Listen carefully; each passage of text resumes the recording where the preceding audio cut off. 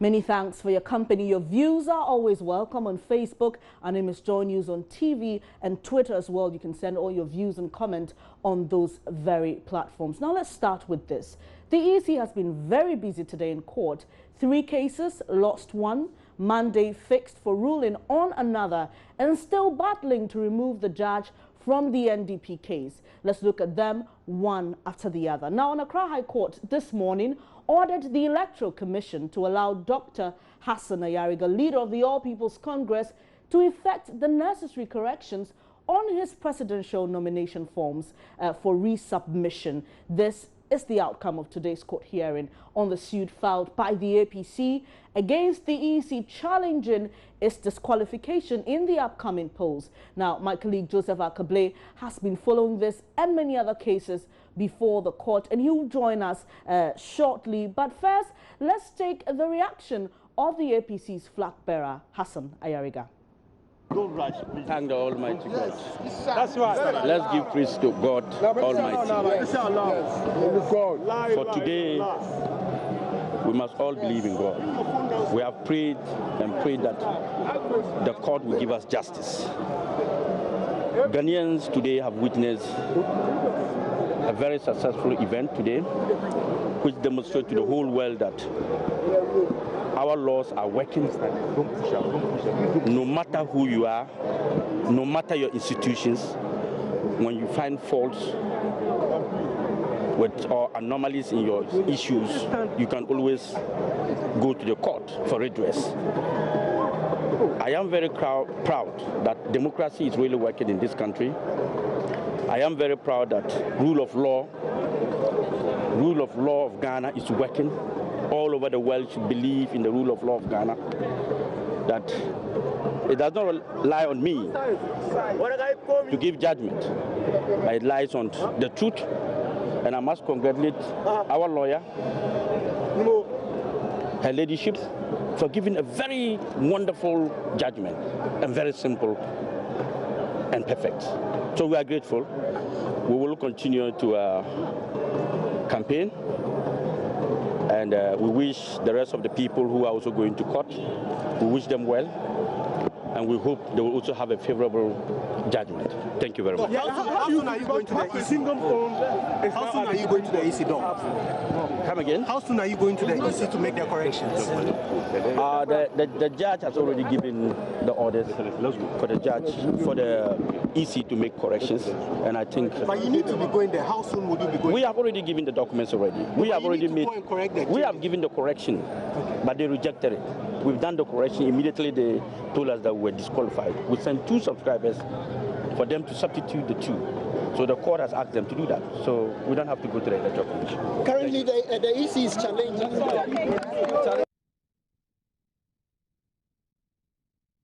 You just had a very happy flag bearer there for the APC. He's sharing his joy and reasons why he's excited about this particular ruling. But let's stay in the court. Currently, the court is still hearing that case between the NDP and the Electoral Commission. Now, lawyer for the EC, Thadio Sori, has been arguing why Justice Chebafo should recuse himself from this particular case. Also, the lawyers of the NDP, led by Asom Kuma, have also been placing arguments opposing this particular call by lawyers of the EC. Meanwhile, let's still stay on politics. The Chief of Staff, Julius Debra, is appealing to chiefs and people of the Volta region, and he's asking them to put aside their grievances against the National Democratic Congress and give the party another chance. Now, Julius Debra, who admits the NDC government is yet to meet the infrastructural demands of the region, reassured a fair share of national development to the party's Electoral World Bank in the second term of the Mahama-led government. Julius Debra said this while addressing the paramount chief of Beat traditional area, Togbega Gabasu at Hohoi in the Volta region.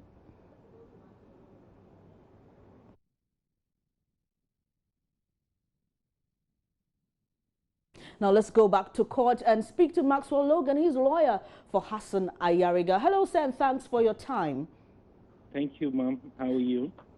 And one question that a lot of people want answered is that the court has asked that the Electoral Commission give you the opportunity to correct those mistakes in the nomination forms. How quick are you going to do that? Well, if you view it as requiring any action on the part of the APC and then its presidential nominee, then I'm sure the party will move quickly. But if you follow the progress of things, you will realize that the party insisted that it had a right under CI 94 to correct any irregularities and took the proactive step of filing substitute subscribers even before coming to court. It was the refusal of the Electoral Commission to accept this substitute subscription that was the last straw that brought the camel's back and compelled the APC and Dr. Ayariga to seek redress in court. So, put another way, we have already provided, the evidence or the alternate subscription that is required to complete our nomination form. But I must say that the position of the APC is that there was absolutely nothing wrong with its form because the 2 subscribers out of the 432 that were disqualified subscribed to the nomination of Dr. Ayariga first. And if they went after that to exercise their right to subscribe to another presidential candidate, then the subsequent action was null and void because the Constitution gave a registered voter only one right. And once you exercise it, it becomes spent. All right, Maxwell, now we know how the EC reacted in Dr. Indum's case. They went to the Supreme Court and they're currently in court challenging that particular verdict. What would you do should that happen in your case? Well, I don't want to be presumptuous, and I hold no pretensions to knowing the future. But it's based on precedent, so let's just say it happens again. As you understand, we were instructed by the APC to act for them on the refusal of the EC to accept the correcting subscribers. And therefore, if after the judgment, the EC elects to go to the Supreme Court to test the rectitude of the High Court's decision, it would be for the APC and Dr. Ayariga to decide what to do. If they accept with any processes from the Supreme Court, it's in their absolute discretion to choose who to represent them. Our instructions came to an end when the judgment was delivered today.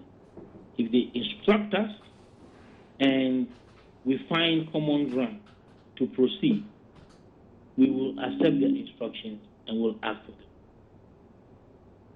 Thank you very much for your time, Maxwell Logan. Maxwell Logan is lawyer for Hassan Ayariga. They just won a case in court, and that court was to challenge the EC's disqualification of the APC's flag bearer, Dr. Hassan Ayariga. Still on the elections, the Inspector General of Police, Dr. John Kudalo, has warned well-built men known as macho men not to go near ballot boxes on election day. Now, as we know, the use of well-built men becomes a source of concern to the security service during elections. Political parties sometimes engage these men to mainly protect ballot boxes and sometimes the contesting candidates. But at a meeting with various groups of well-builders, the IGP urged the men to use their strength to support the security services before the elections and during the elections, and not to cause harm. Over the years, macho men have been perceived in a negative light, especially during elections, due to the activities of some of your colleagues. Some macho men have been associated with snatching of ballot boxes, political vigilantes, and the use of motorbikes to create confusion at polling stations. It's, however, refreshing to know that not all macho men indulge in these negative activities. Your groups, Macho Men for Good and Justice, and Strongest and Bodybuilders Association of Ghana are some of such groups that are making us very proud. Your groups have shown that macho men have something positive to contribute to the peace of this country. This is not the first time we have had a kind of engagement with you. Policing is a shared responsibility. We cannot do it alone without your support. Our meeting with you this morning is to once again appeal to use your organizations to support the call for peaceful elections in the periods before, during, and after the 2016 general elections.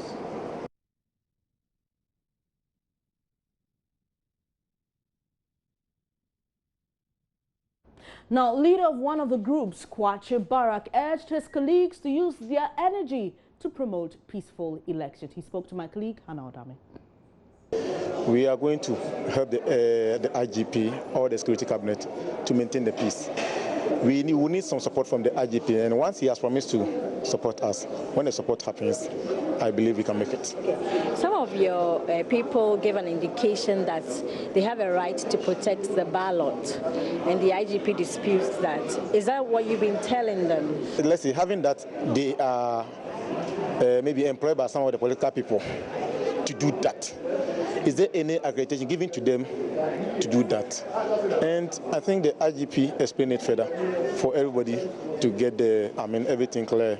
Moreover, we will send the message across for them to understand the whole thing clear. So if you are there to create any violence and you get a problem, it's your own problem. You are going to solve. I want to understand it clearly that you don't build up just to protect ballot boxes or to bus people to polling stations or to create chaos in any way. It's really not. It's not part of our discipline. Bodybuilding is not about protecting ballot. Although some of us are being employed as security, let's say bodyguards and stuff, but not part ballot. We are not accredited to do such work, so we are not in for that. No. I'm sorry to say, if somebody is a fitness guy, he hasn't built a body, and some person is holding a gun, there's no way he can go near. So we are trying to educate the whole public, especially the youth. Don't let someone convince you by CD or person, the person is going to give it to you. If you get the money and your neighbors are not there, how are you going to enjoy the money? If you there any problem, can you run with your people, your family? Like my co-colleague said earlier on. How many people can you carry at a time to run? So my friend, be very young out there. Okay, peace.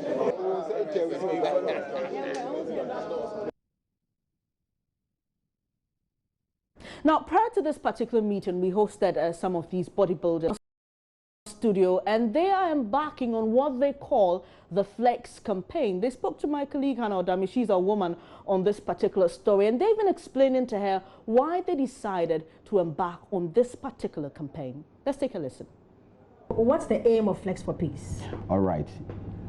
Flex for Peace is an organization created by bodybuilders, which we've come together with the so-called macho and the public together to promote peace during and after election. How exactly would that be done? Okay, for a couple of months we've gone around educating the ghetto, the gyms and areas like Nima, Tema, East Legon. We've preached about peace, especially to the so-called macho guys and so on and so forth.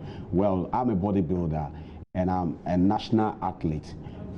Because of what I've gained from bodybuilding, I'm using that channel to bring all the macho guys, the langars to come together. That in bodybuilding it pays. So if you have the strength to do macho, because macho is somebody who is a bully. You understand? He's someone who is a bully, so you can also be macho. If only you can bully someone, so macho. So that's what we've done. So if you have a strength and the general public, we are all coming together on the 12th of November that will do a walk from 37 Military Hospital to the National Theatre Forecourt. All promoting peace. All promoting peace. Okay. You mentioned land guards. Yes. Do you include them as well? Yeah, we include everybody because the name macho sounds a bit irritating. But have they been cooperating? Because they have been cooperating. You know that we know that Let me just chip in. I mean, what this is all about is trying to get these so-called, because they are vulnerable. They in their vulnerable state. We want to draw them into our fold, to even invite them, to get them to understand what we do as professional athletes.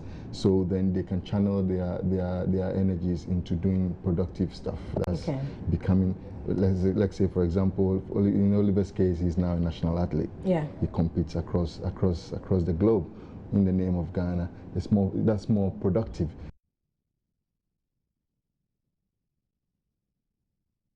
Pretty interesting reasons there they give. You're watching The Pulse with me, Benis Abu Bedu. Let's still stay on election-related news. It's about 32 days to the elections, and you expect that the campaign from the various parties are heating up. Now, the NPP's parliamentary candidate for Ewutu Senya West, George Anda, has mounted a strong defense for his comments demanding that his rival, Hannah Tete, who is contesting on the ticket of the NDC, should come along with her husband on campaign platforms. This is what he said some weeks ago.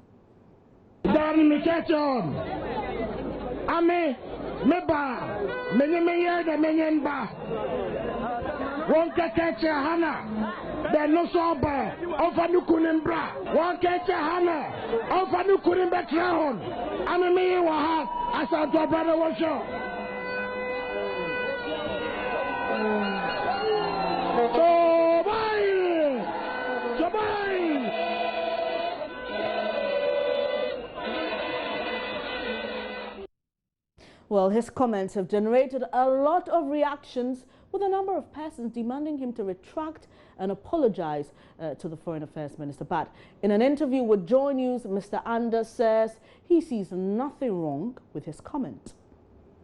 Ask you to come onto the campaign trail with your husband. Does it mean that you are not married? I do not know whether Hannah Tete is married or not. For me, that's not an issue. I campaign based on issues. The issue is that Hannah Tete and her team have been running me down. They're going around the constituency, peddling all sorts of lies about me. Amongst them, suggesting that I'm irresponsible because I've moved from one job to the other and that I've been sacked. Okay? They peddle all sorts of things about me. So when we talk about irresponsibility, okay, there are different levels of being irresponsible. I come to the constituency with my wife. I proudly show my wife to the electorate, and the electorate are excited. And I say, come to the constituency with your husband. If Hannah Tete was a Roman sister, and I said, come to the constituency with your husband, then you can say that I'm insulting her. But I don't see the insult here, okay? You see, the thing is, in as much as possible, we'll campaign on issues, and I love to campaign on issues. Exactly. But if you attack my flag bearer or you attack my personality... So who attacked your personality? I would not sit down. Your camera crew, okay, let them show the rally, okay, of the NDC last week in Bojuase.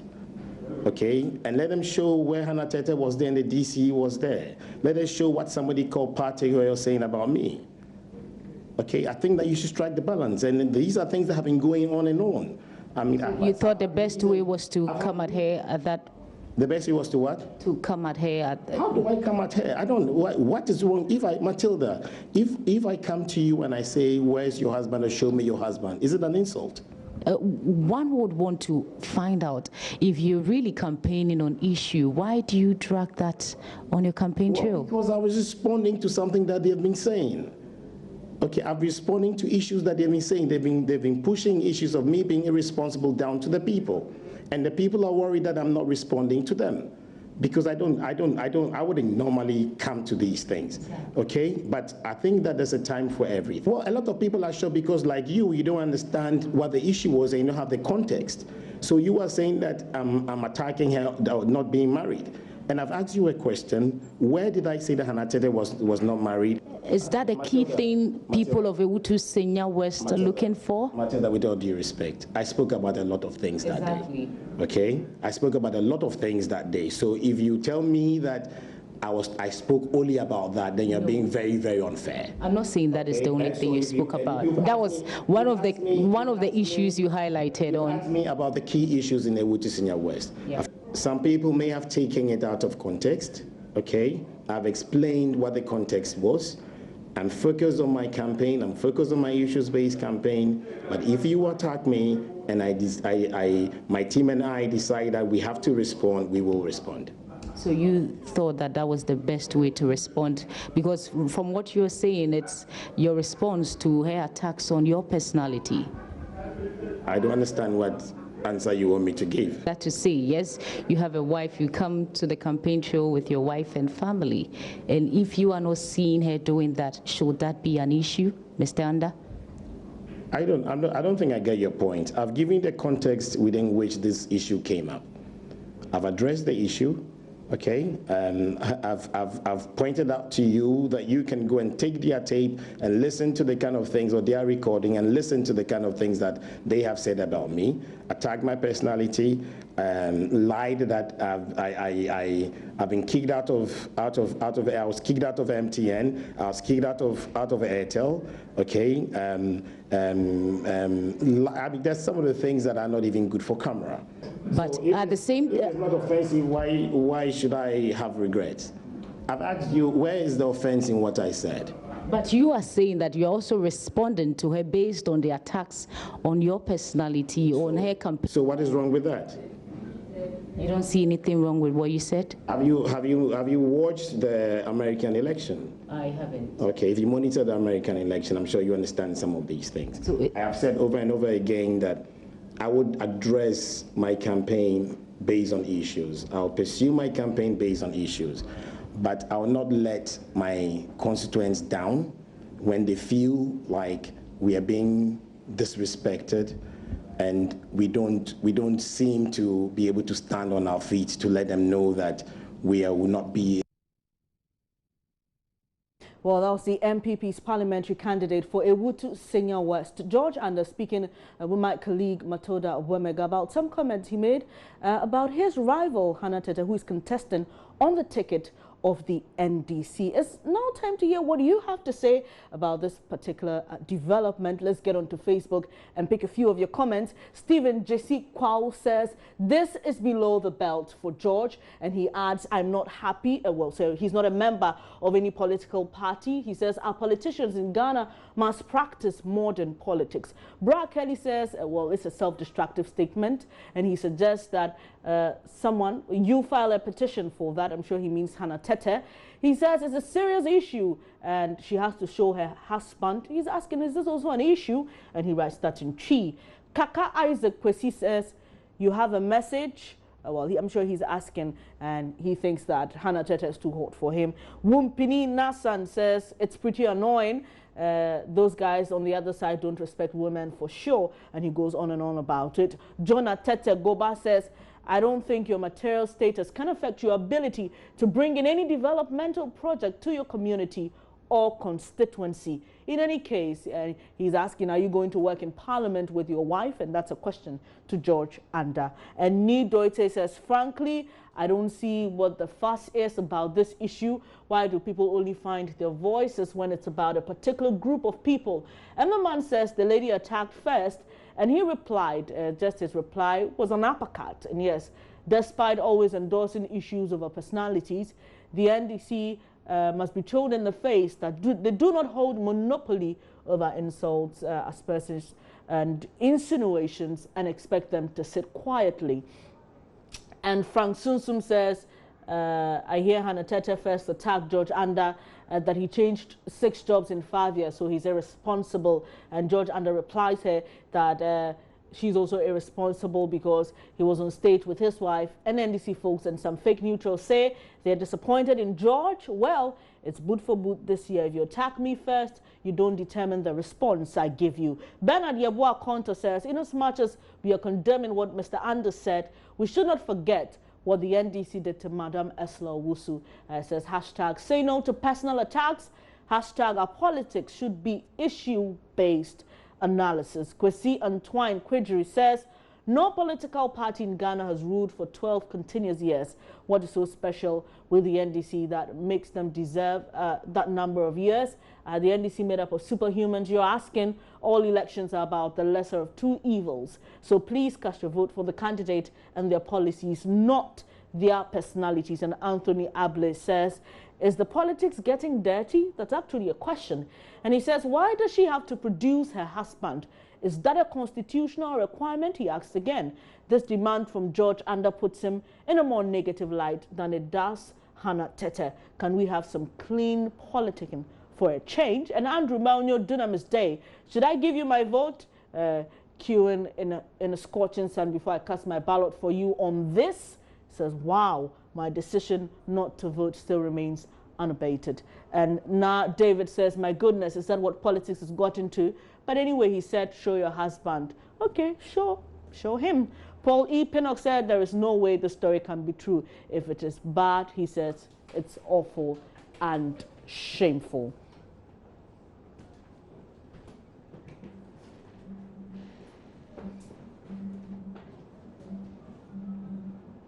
You're watching The Pulse with me, Benes Abubedu. Stay with us. After the break, we'll return to court for more updates on the cases that the EC is facing currently.